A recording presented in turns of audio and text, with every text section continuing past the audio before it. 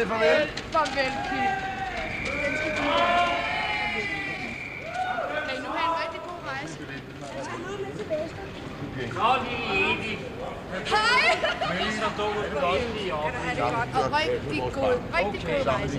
Ja, ikke også? Det kan du tro, jeg skal. Jeg skulle også hilse mange gange.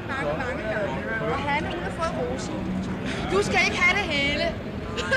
Ha' det godt.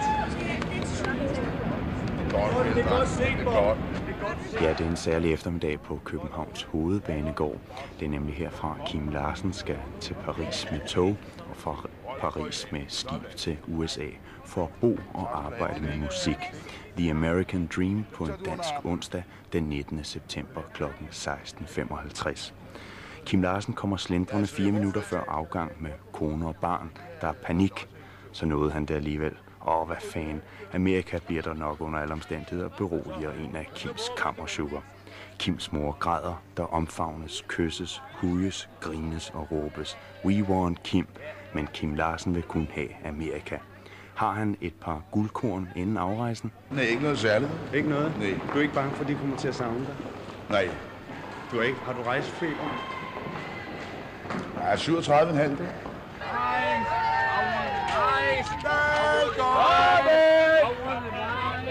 I want the nice. Okay.